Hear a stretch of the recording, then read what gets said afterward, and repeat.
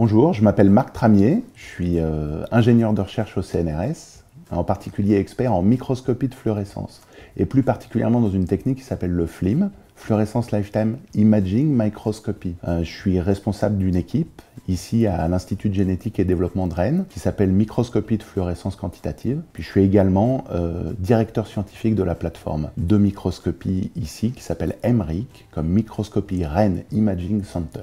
Vraiment, aujourd'hui, avec l'apport de toutes ces nouvelles technologies, et en particulier ces nouvelles technologies en imagerie, on redéfinit complètement nos approches de compréhension du vivant.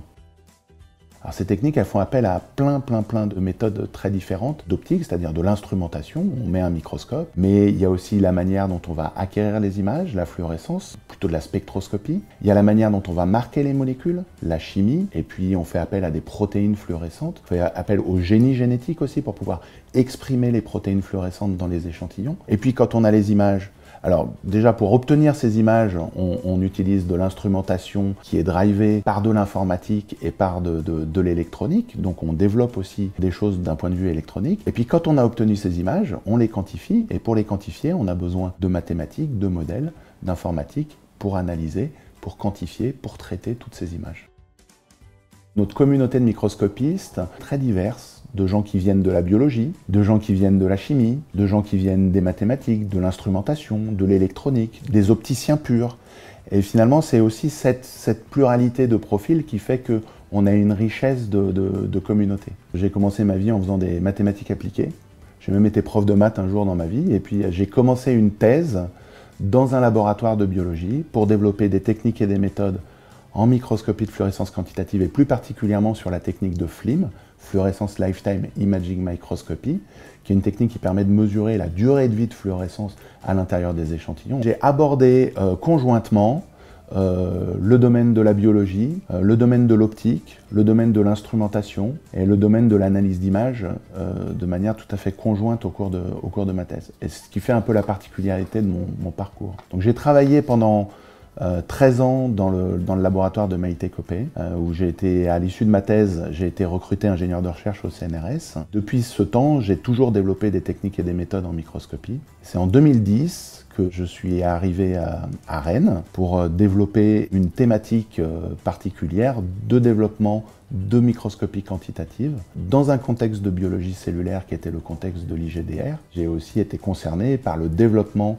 de la plateforme de microscopie MRIC, qui met à disposition toutes ces techniques et ces méthodes à tous les utilisateurs biologistes. Et donc je suis fasciné d'essayer de comprendre comment est-ce que des phénomènes à l'échelle nanométrique, micrométrique, vont avoir une influence sur les cellules, sur les organismes et sur la physiologie finalement des grandes fonctions du vivant. Et en ça, la microscopie, c'est incontournable, c'est-à-dire que c'est vraiment le moyen de pouvoir faire le lien entre des événements micrométriques et des événements à l'échelle de nos maladies en fait, et de notre bien-être. Il y a en ce moment une grande révolution à l'intérieur même de la microscopie qui fait qu'on va encore plus petit pour obtenir des informations encore plus vers le monde du nanomètre. Et toujours en conservant finalement la possibilité de regarder la dynamique spatiale et temporelle des événements. Et ça, c'est quelque chose de fascinant. Pour moi, transférer, c'est le leitmotiv de mon activité. Si je suis un expert en microscopie de fluorescence, je développe des techniques et des méthodes, mais si je veux que ces techniques et ces méthodes, elles aient un impact en biologie, il faut que le biologiste puisse se les approprier. Et pour se les approprier, il faut que je sois ouvert, disponible, pour transférer mon savoir, mes compétences, mes méthodes, mes techniques, mes microscopes, d'une certaine manière. Et transférer, ça prend plein de formes très différentes. C'est de la formation, on forme régulièrement les gens à nos techniques et à nos méthodes. C'est de l'enseignement, ça m'arrive d'enseigner au niveau universitaire.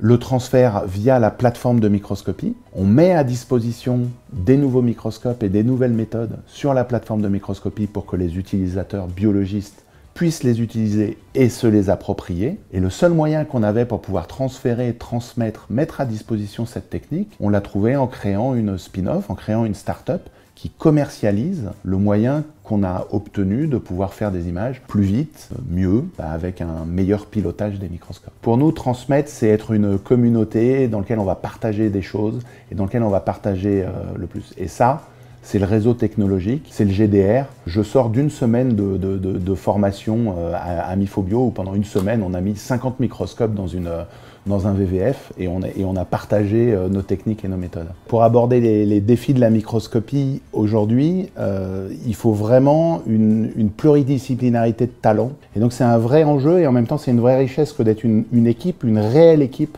pour aborder toutes ces questions. Donc il faut qu'on puisse se parler ensemble, qu'on puisse se comprendre. C'est un vrai défi et en même temps c'est une richesse incroyable pour essayer d'aborder et d'aller au fond des choses et de développer des techniques tout à fait innovantes. Mon rêve, mon vrai rêve, c'est de continuer à avoir la passion de me lever le matin, de venir au labo et de développer toutes ces techniques et toutes ces méthodes. Pour moi, ce qui est central dans mon métier, c'est la passion que j'ai pu y mettre, les rencontres que j'ai faites, de toujours faire ce qui me motive, ce qui me passionne, ce qui me plaît, ce que j'aime faire. Quand on fait ce qui nous plaît, on va faire des rencontres, on va avoir des opportunités et on va créer sa vie professionnelle comme ça.